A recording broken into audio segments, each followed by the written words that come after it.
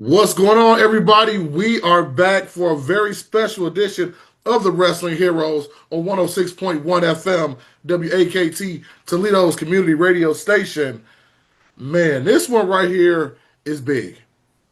I talked to you guys about it before. I said we would have this gentleman on to kind of talk about his life. We have, and I had to bring my tag team partner in, big time Rico Flores. Big time, what's going on, man? How's it going, everybody? Yeah, definitely had to be on this one, Whip. I brought this man in. This man is a legend in the world of professional wrestling. And as you guys know, he recently was on Vice TV on Dark Side of the Ring.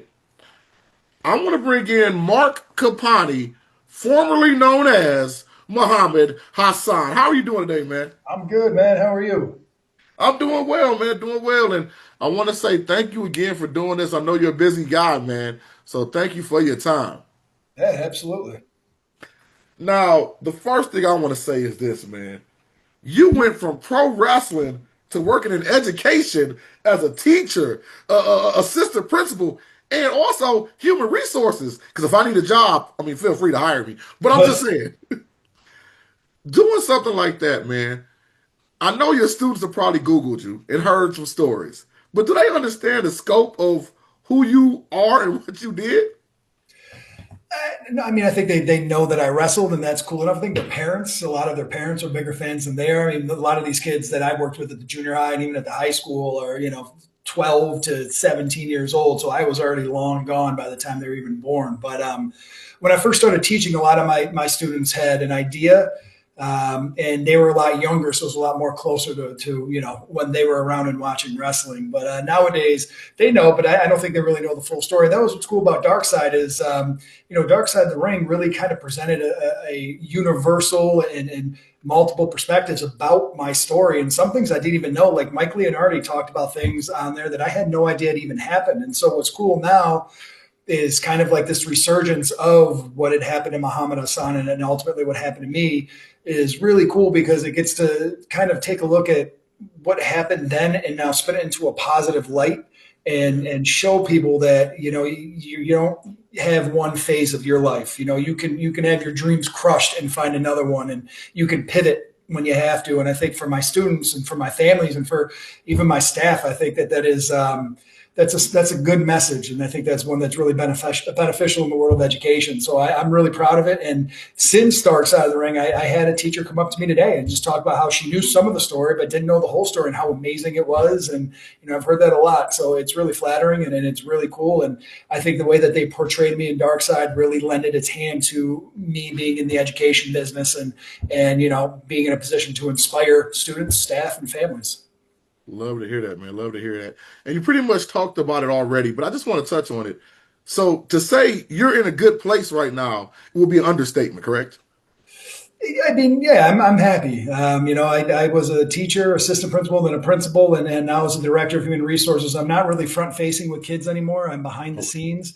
I work more closely with the adults and the staff. But the way I look at it is that I support them so they can support our students. And so in that way, I'm working with over 3,000 kids every day because I work directly with their support staff, their teachers, their aides, their bus drivers. And so yeah, I'm happy with where I'm. And ever since Dark I get to do some traveling, man. I mean, I was in Ohio and Pittsburgh last week. I am going to be in Iowa next weekend. I'm going to be at Iowa at the Wrestling Revolver. It's Saturday at 7 p.m. in Yes. Clive, Iowa.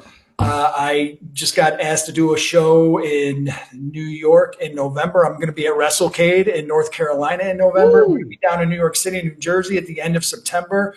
I mean, it's really cool to be able to live in both worlds again and get to see some of my friends. I was hanging out with Gene Snitsky all weekend, and we had a blast. And we're hanging out again this weekend. So that has been the best part of all of this is I get to live in two worlds now. I have my professional career with the people and my colleagues that I just love working with, and then on the weekends, not every weekend, but a couple times a month, I get to travel and see the fans and get to hear their stories. And it's been a real blessing. I am a very, very lucky person. I love to hear that, man. Now, did you ever think you would be able to revisit this? Obviously, Dark Side gave you that chance, but prior to Dark Side. Not like this, no. And I was really hesitant about the Dark Side of the Ring episode, but the way they pitched it to me and working with the producers and really, I feel like I'm collaborating with them. We ultimately kind of found our voice, and the voice wasn't just about the controversy, which is what it originally started out as. It was more about me, the person playing that character, and everything that I had to go through, and Sean had to go through, and everything that happened around us during the character, and it really kind of opened people's eyes to things that they never knew. Like I said, there's things that I didn't know, and so I think. No, I never thought in my wildest dreams I'd be able to relive it. I mean, I got a lot of other things that are happening as a result, but I figure if there's ever going to be a time where I can use my position and my story to inspire others, which is something that obviously I'm passionate about, which is why I got into education 15 years ago to begin with. Now I have a bigger audience and I have a bigger stage, and now is the time. So Dark Side and everybody at Dark Side were just amazing to work with, and it was definitely a huge blessing, and it's given me a lot of opportunities, and I'm going to run with it, man. I'm not going to let it slide. So I'm going to take these opportunities and I'm going to make the most out of them. I like to hear that too, man. Now, I know some of the things you did talk about on Dark Side, so if we do kind of revisit some of the things, don't be offended. Just kind of, Oh, it's okay. brushing up with people. But I want to ask you this first. So you were a wrestling fan coming up, right? Oh yeah. Okay. Okay. So you always want to be in the business. Now, I've always wondered this, and I know you kind of talked about it before, but the character itself, did you run that in OVW, Ohio Valley, or was it pitched to you once you got onto the main roster? And was it like a collective, a creative, or did you just kind of say, this is something I want to do? No, no, it was Vince McMahon's idea, and it was brought down to Jim Cornette in OVW, and we played with it in OVW. We really didn't have an idea of what the character was going to be. We knew who he was going to be. He was going to be an Arab character. We weren't sure if he was going to be Arab or Arab American. Originally, they had me go out there and do some accents for a little while, which I was awful at. Luckily, that didn't stick. But in OVW, I was Mark Magnus, and Jim Cornette is very much into the realism and the story of wrestling, and my character Mark Magnus got written off at television. I disappeared for a few months. And when I came back, I had found myself as Muhammad Hassan. So that was the birth of the character, was in OVW. And then the character really developed from there, doing house shows, traveling with the WWE. I went up to Connecticut and did some vignettes, which are kind of like those little films that they show to build characters. And that was kind of when the character really took shape. But it was born in OVW, and it was Vince's idea. And they brought it to me, and you just don't say no to one of Vince McMahon's ideas unless you don't want to work in wrestling anymore. Then you can say no. Probably the last thing you ever do. Very Whip, true. Very true. Whip, do you mind if I jump in real quick? Go right ahead. So, Mr. Kapani, during your time as Muhammad Hassan, I was a huge fan. You didn't spend a lot of time, on the main roster, but you did make an impact. So anytime there's something with the Muhammad Hassan character that comes up, I'm always invested. I really enjoyed the Dark Side of the Ring episode. One of the things that I didn't see in there, and I might have missed it, is if there was ever talks about repackaging you, or if you were in negotiations for a return.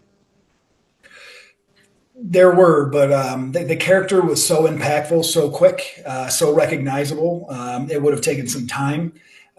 There were some ideas that, one of them, I remember Hunter Triple H had said, I just go out there and say you're Mark Capani and Vince made you do it. Turn your baby face.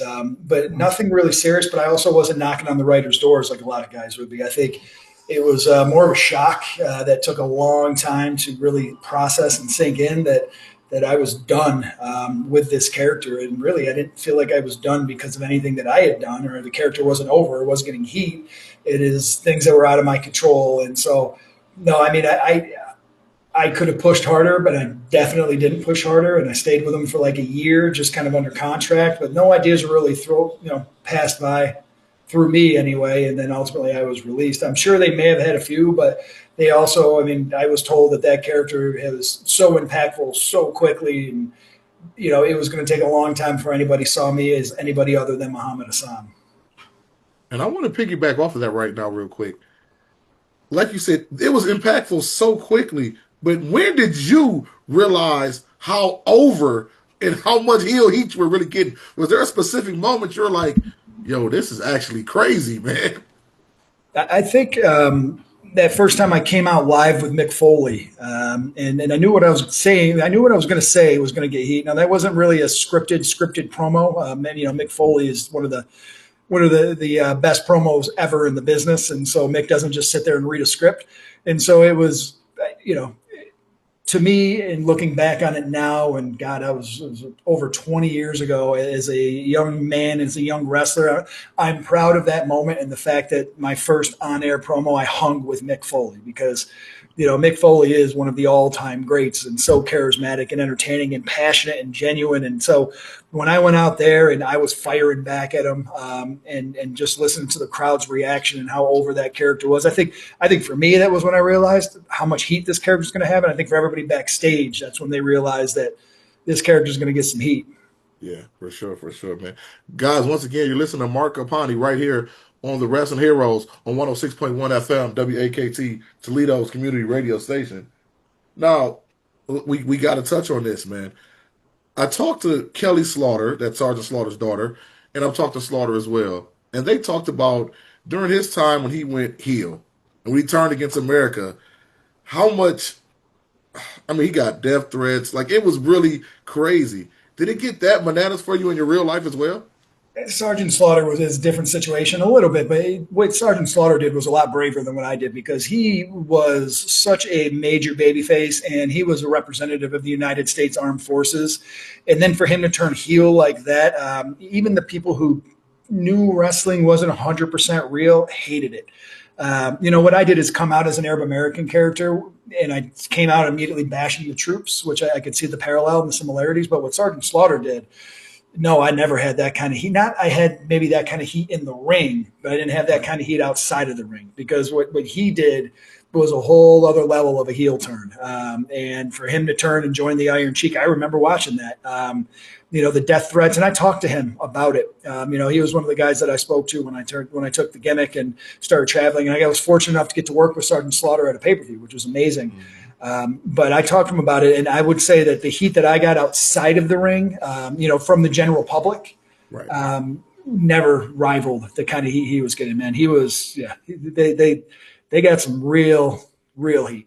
For sure. Like I Rico, said, go ahead and jump not in. just ring heat. They got some heat. Like, yeah, people were going to kill them if they weren't protected. Yeah, man. Yeah, and so it's a good point. It's like you're living this character, and it's like you want to tell people I'm an actor, but at the same time, you also want to keep that heat because the heat's going to generate buzz, which is going to generate money. Was there ever a time where you felt like you were threatened or had so much heat that you wanted to just say, "Hey guys, I'm just an actor. I'm done with this." They kept a lot of. They didn't like hide it from me, but I didn't. It's not like they would take the death threats in the mail that they got and they would come give it to me. I found out later that there was, like a lot of angry people that were writing and saying things, but. I also, when I traveled with, Sean Davari, Chris Masters, Gene Snitsky. I mean, I traveled with some big dudes, and the boys usually stick together. So there were a few times I talk about that time in Australia that Gene and I talk about on Dark Side, and there were a couple times where people took exception to the character, whether they be Muslim Americans themselves or whether they be people who were prejudiced against Muslims, which was all over the place at the time. But I always felt safe with the boys.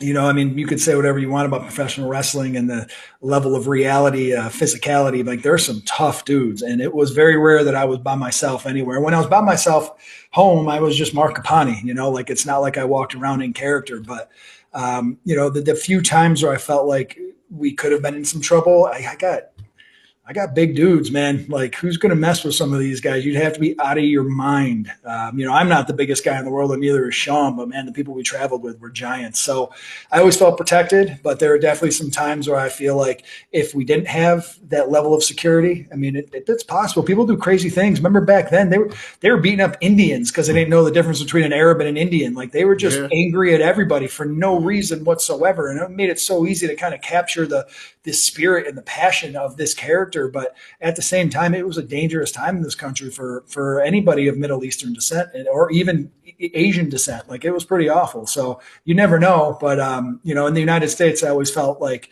I said, I felt like I was pretty protected when I had the boys with me. For sure, man. Now, I want to shift just for a second. You got a chance to work with the late, great, immortal Hulk Hogan. Any thoughts about that moment and any words to the Hulkster's family and some of the people out there that still, and I know obviously his towards the end of his career in his life, he was kind of polarizing. But anything you would like to say to working with him and his family? No, I mean, he was. It depends on who you are, and everybody's allowed their perspective, and everybody makes mistakes, and everybody's allowed second chances. I will say that my interactions with Hulk Hogan, who was my idol growing up, one of the reasons, probably the only reason I was watching wrestling at the time, I could still remember, all of the matches. And I remember watching Hulk Hogan WrestleMania 3 and even watching Hulk Hogan as I got older, he was still entertaining from WCW, even when he was in WWE. And so when I met Hulk Hogan, he was every bit that hero that I had thought he was. Very great to work with, very gracious, very kind, very giving. I remember in LA, I'd met him once and he came up behind me, put me in a big bear hug and lifted me off the ground.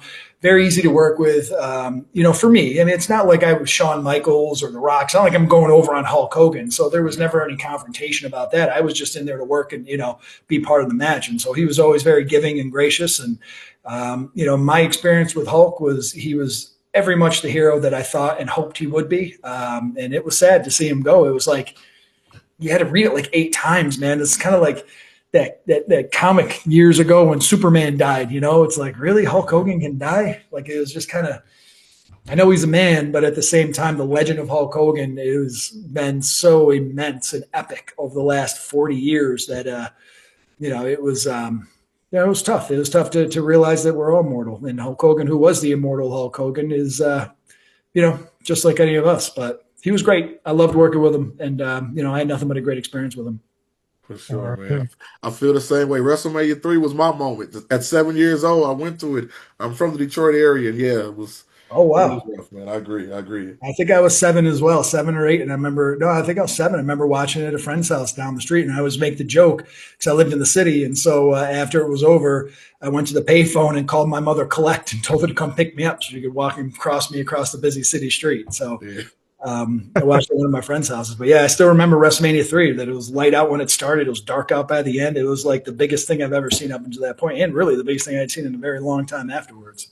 Now, before we go any further, man, I'm looking at you right now. So everybody on the radio, make sure you check out the video as well when it posts. And go look at some pictures. You look real good, man. You look like you got another run in you. Do you try to stay in physical shape like this, man?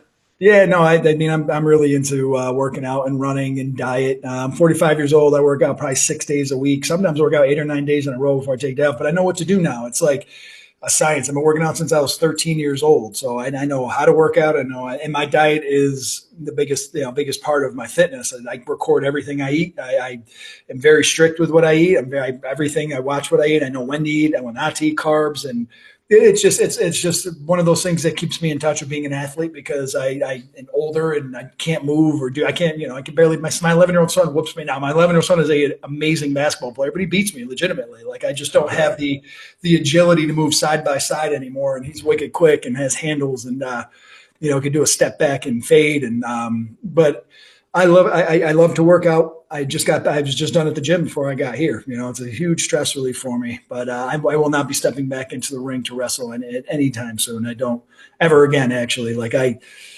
just the thought of taking a bump, I feel like my body would shatter into 217 pieces. Like, it would, I get it, bro. I get it. I don't know how guys like Randy and John, I don't know how they're still doing it, man. Like, I just don't know how they still do it. I know. Whip, I want to jump on this question also. Let's just say hypothetically, you're feeling good. You got one run in you. Let's just fantasy booking now. If you had one return in you, what is your dream scenario? What would that look like? That's a good question. I could never come back as Muhammad Hassan. Right.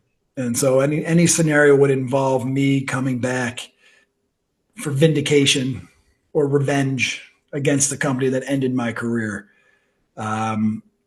I would love to work. Obviously, I can't work as well as some of those younger guys like Seth Rollins and Roman Reigns. And my God, those guys are wicked talented. But I don't know. That's a good question. It would obviously be something along those lines. I'd like maybe one match, maybe do some promos, some things like that, and that would be it. Like, good with my career. I've made peace with everything. So I don't have fantasies about coming back. I've never really thought about what it would look like, but if I had to do it, that would probably be what it would look like. I'd love to go in there and against Triple H or, one of those guys, that I used to work with. They could probably, carry me through a match. But yeah, it's a good question. I don't know. I've never really thought about it. I don't think that's a possibility. So I haven't really spent too much time worrying about it. I get it. I get it. Now, we're not going to keep you too much longer, just a few more minutes, man. But I want to ask you this, and this is something I always wondered. When you got that call that you had to stop the character, what was going through your mind, man? And did you feel like WWE railroaded you? I mean, I made the choice to play the character. I knew what we were doing. I take responsibility. I'm not going to hold that over anybody's head but my own. I don't see the point in doing that. When I got the call, I had no idea what was going on. I mean, you travel when you're in the WWE. When I was on SmackDown, I think I left Friday. Saturday. You're gone Saturday, Sunday, Monday. You film SmackDown on Tuesday, and then you fly home Wednesday morning. And so I think it was Thursday morning that I found out about the London bombing, and I didn't really think much of it. I definitely didn't make the connection to what we had done on TV, what my character had done. I think I found out when I got to the house show on Saturday how much heat it was generating, like with the media and really across the country. We didn't know what we were going to do. We had talked about going on some talk shows and fighting it, kind of talking about, the misrepresentation of this as something being tied to the London bombing when it was just an angle and a character. Like, listen, you guys know, if you've watched wrestling for more than a year, how many bad guys have other bad guys come out and beat up the good guy? Like, that is bad guy 101. But when I did it, because of the way that it was portrayed, it was like team of terrorists who were all very white guys, by the way. There wasn't a single Arab underneath any of those ski masks. Right. It's like the Shane twins, Val Venus. It wasn't until, and then they did a good job of kind of dramatizing the moment where I remember I'd been in Syracuse. I wanted to move closer to home. I'd fly out of Syracuse Airport. I was living in DC at the time. And, I was looking at these houses, ironically, one where my parents ended up living and one in a suburb not too far away from where I live now. And I went up to Johnny Ace, who's the head of talent relations at the time, because I was going to put an offer on the house, but everything was so uncertain. It's like, well, I'm just going to jump right into it right now. I don't know if I have a job next week. And I remember asking him, like, what's the plan? Like, I'm going to put an offer in on a house back home. Am I going to have a job? And he looked at me and he's like, don't buy the house. And that was kind of when I knew that they weren't going to be able to fight it, that, the sponsors and the outcry and the backlash was just too strong. It wasn't worth it for the one character. And again, I've said it before and I'll say it again, that character wasn't going to survive much longer on TV anyway. The world was changing. It was portraying realistic events as if it were as some sort of caricature, when in reality, like I said earlier, Arabs, Muslims, Middle Easterners alike in the United States were getting beat up, their homes destroyed, their shops destroyed. It got to a point where it was no longer representative of people who were unheard. It became more fuel for the fire against the people who were being marginalized and discriminated against. And so it was the right time for the character to go. But that was how I knew. That was when I was like, and then it wasn't too long after that we talked about the plan for Great American Bash and that being my last match.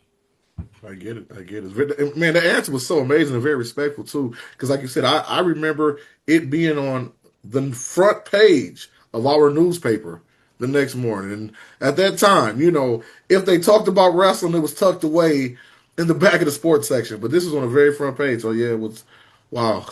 Mm-hmm. It was in the newspaper back in Syracuse. And it had nothing to do with me being from Syracuse. And my dad sent it to me. And I was like, holy shit. Like, that's when I knew, like, this is real. Like, this is a big deal. So, currently, you talked about Seth Rollins and everything. It's all said and done. Years later, do you still like professional wrestling?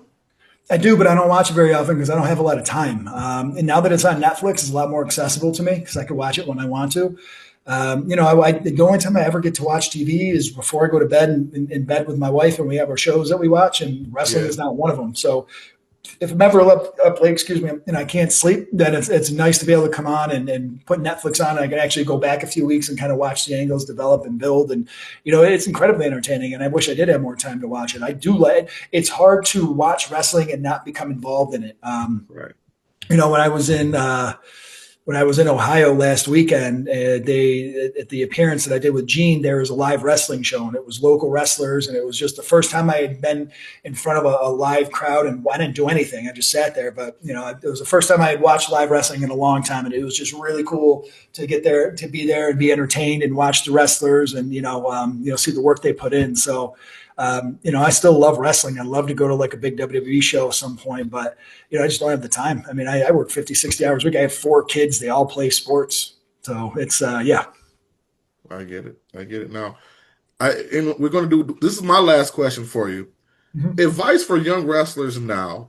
I know one thing they talk about in professional wrestling these days is guys don't really want to be a heel for real. And obviously, you talked about it, the world has changed. Do you think it's possible to really be a pure heel these days? And if so, would you give them any advice? To be a pure heel, I think is tough.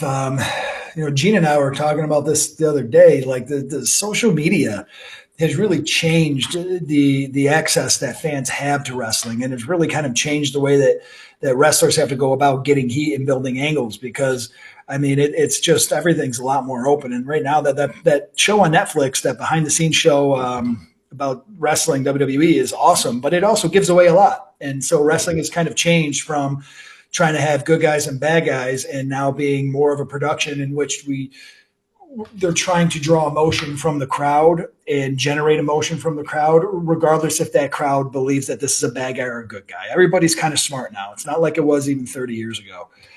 So advice for anybody who wants to be a heel, my advice to any wrestler would be, from personal experience, have a backup plan. It's great to have a dream. It's great to have a goal. It's great to hope and work hard and put everything you have into it. And by all means, that's the only way you're ever going to succeed, is if you work harder than everybody else. But at the same time, have a backup plan. Don't be crushed when wrestling's a tough business, and there's only 1 or 2 Randy Ortons and John Cena's and, guys who make it that long and have that level of longevity. But if you're going to be a heel in this business, I feel like you have to commit, and you have to commit 100% of the time. And I think that's tough, because while you're in the ring, it feels good to generate that heat, but when you're outside of the ring, you kind of want the recognition as well. That's just the world we live in. So it's tough. It's got to be a lot harder to be a heel now than it was back in the day. For sure. Rigo, you got anything else before we get out of here? Yes, I do. Just got one thing to ask. I'm always curious on wrestler's life after wrestling, or any athlete for that matter.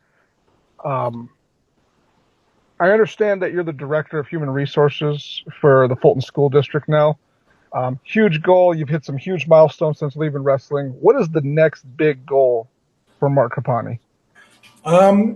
So I'm working on a book that I'm writing myself, and it's through Bourbon Books, and it's in development. Like, I'm working on it. So my next goal is to be able to write a book that kind of encapsulates my story, but also talks a little bit about the journey that I went through, from the crushing defeat of having the rug whipped out from under you, and finding the ability to pick up and pull it together and find something else to dream about, and to find another life.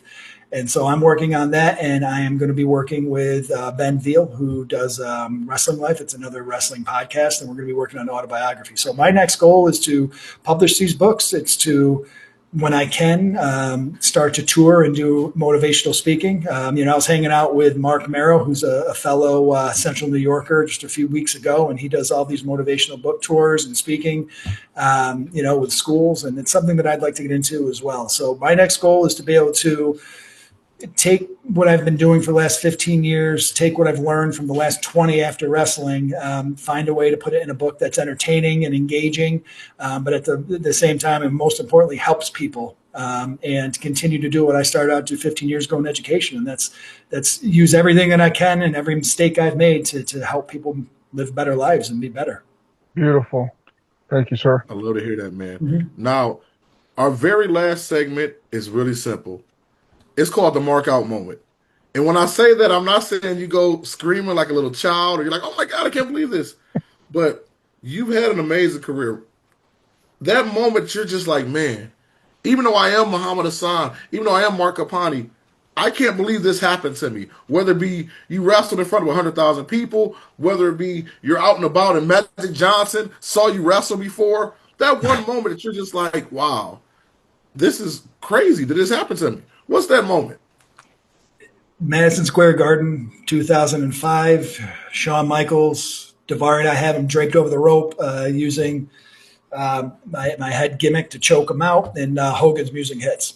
And Hulk Hogan comes into Madison Square Garden without anybody having any idea he was there.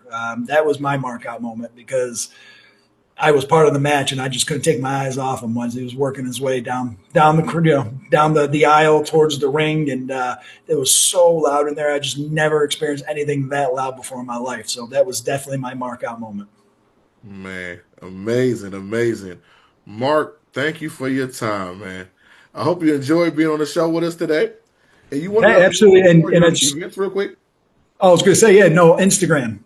Follow me on Instagram, Mark Capani at Instagram, and I've just been. My kids are really good at social media, so they're working with it. But I just started posting a lot more about my appearances and a lot of the events that I've been doing, and looking to expand it. So anybody follow me on Instagram, markcapani.com or Mark Capani, and that's my main social media page. Sounds good, man. Thank you again for your time. Guys, I hope you enjoyed this wonderful, insightful interview, man. We've had a ball. Thank you very much.